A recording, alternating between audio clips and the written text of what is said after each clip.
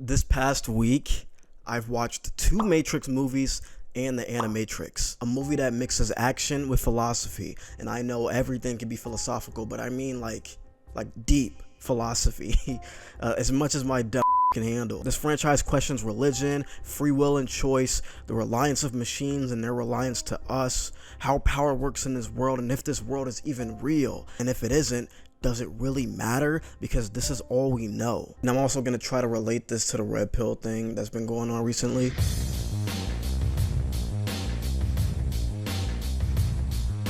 The first movie is about a businessman by day who hacks by night. At work, he is Mr. Anderson, and at work, get it? He's Neo. Someone hacks his computer and tell him to follow these steps because I know who you are and bad people are looking for you. So he does what they say and eventually leads him to Trinity and Morpheus, two of the Resistance's best, and they've come to save Neo from the Matrix. What is the Matrix, you might ask? The Matrix is a simulation. It is everything you freaking know. It is the TV. It is your mother. It's Taylor Swift and the birds chirping in the morning. All of it is a program created by robots hundreds of years in the future to keep us occupied while they take the 2,000 watts our human bodies can produce so they can survive. The machine drawing power from the human body, an endlessly multiplying, infinitely renewable energy source. The Matrix concept must be inspired by Plato's allegory of the cave parable. The story goes, three prisoners are chained up in a dark cave. They've been there since birth and they cannot move their heads. Behind them is a fire, but they don't know that because they can't move their heads. And also behind them are shadow puppets in front of the fires, displaying shadows of animals, plants, and people to the prisoners. He asks if the prisoners would not then take these shadows as the only true objects in existence, since they could not understand that they are mere shadows of objects. The shadows would be the only thing they knew, thus would be more real than the true objects, which they have never seen. One prisoner manages to move his head around and he sees the fire behind him, but he is too scared to understand what's going on, so he turns back to the familiar darkness and shadow puppets, because they're still real to me, damn it. It's still real to me, damn it! He then manages to escape completely and goes outside of the cave to see real animals, real plants and people, and a light source, the sun, is all coming to him gradually, and now he sees the light. Get it? Goes back to tell the other prisoners that their whole life is a lie, and the prisoners just can't accept it, going as far as to threaten to kill the enlightened prisoner if he frees them from their shackles, literally and metaphorically. It was a story made to describe the importance of intelligence and how to teach, and basically the reason why philosophy exists, because all of this everything we made up, cancel culture. all of these social Anything's gonna win. fight and defend with other social constructs, they're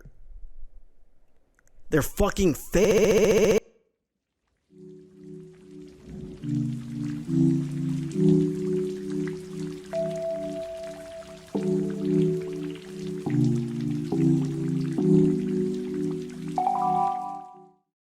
Back to the plot, Neo's confronted with the infamous red pill and blue pill scene. You take the blue pill, the story ends.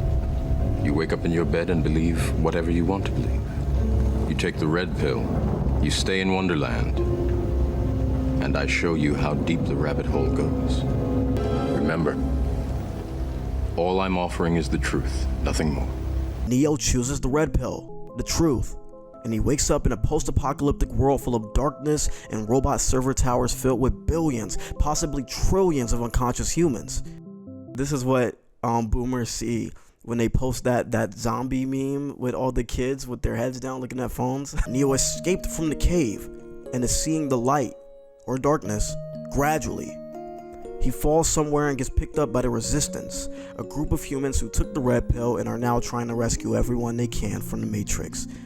And alright, I think I'm done talking about the movie because the rest is just action scenes, but I will say this. The bad guy of the first movie, other than the agents, is a guy who took the red pill and was like, no, fuck this. I want to go back to the Matrix. Why, oh why didn't I take the blue pill?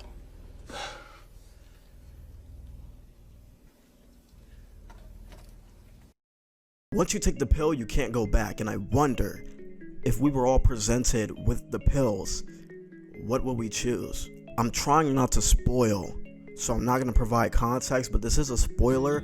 It is said that in the second movie, 99% of people will choose the blue pill, and I kind of believe that. First of all, 1% of 8 billion people is 80 million, so like, you know, that's fucking Germany right there. And second of all, like the allegory of the cave, people don't like change. They stick with what they've always known, and if you try to introduce them to something new, they'll call you crazy or they'll try to kill you. And I think that's why all the red pill niggas think that someone's out to get them, whether that be the government or the Illuminati or reptiles.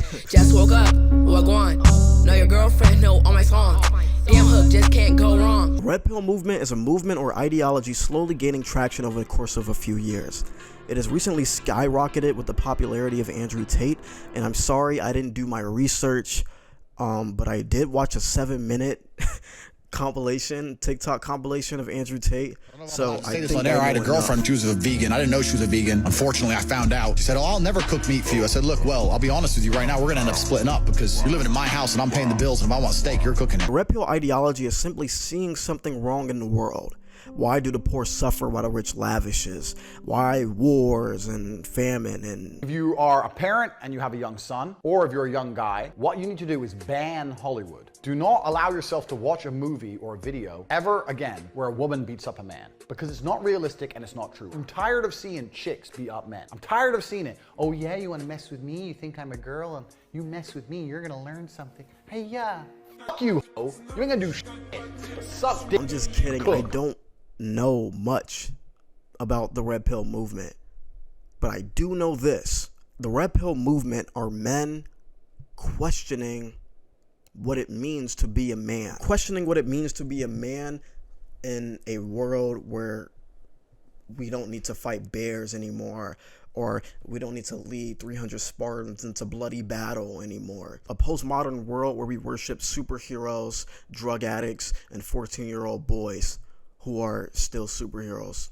I am a warrior, so my son can be a merchant, so his son can be a poet. Or in modern words, I went to war, so my son can work in a factory, so his son can sit at home and do YouTube videos all day.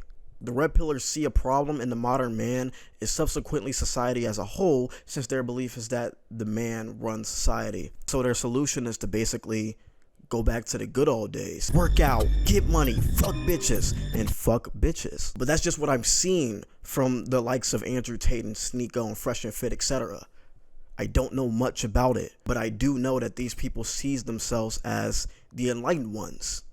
The ones who escaped the Matrix, or the cave, saw the real world full of darkness and robots, or sunshine and butterflies, and feels the need to spread this knowledge to the others and free them from the Matrix, or the Matrix. Like I've taken the red pill. I see the truth of the world. And the red pill is bigger than just women. The red pill is realizing that we're all just pawns in this game. Mm-hmm. They're controlling us completely. And so because I follow that, and I don't see how anyone cannot see that like as a reality. Like the pharmaceutical industry, the banks, the government, everything is all a scam meant to manipulate and control us. But unfortunately, I think I can end this video off by saying you can't win. In the movie, we see Neo actually go to a different world, actually go to the real world outside of the Matrix. Here, whether it's the Matrix or not, it's all we have and it's all we know. And even if you think you have escaped, do you really think you're gonna get other people on board? It is said that 99% of people will pick the blue pill. And like the allegory of the cave, people don't like change. If you come to me with that bullshit talking about the world is fake, I'm gonna call you crazy, or I'm gonna try to kill you. Because I know this cave, I know those shadow puppets, and I know the darkness. And I like to keep it that way. Even if it's not real, it's still real. Real to me, damn it! There was a story in the Animatrix about this boy who saw in a dream that he jumped off the roof of his school and then saw Neo. He escaped the Matrix. And he believed that so much that when he woke up, he actually did it. But He did actually see Neo when he woke up. He had to kill himself to escape the Matrix. No sane person here would do that, especially if they don't know the outcome. So I'm gonna end this video by saying a quote from the allegory of the cave. He asked if the prisoners would not then take these shadows as the only true objects in existence. Since they could not understand that they were mere shadows of objects, the shadows would be the only thing they knew, and thus would be more real than true objects, which they had never seen. Smoking dope, right? But last time I see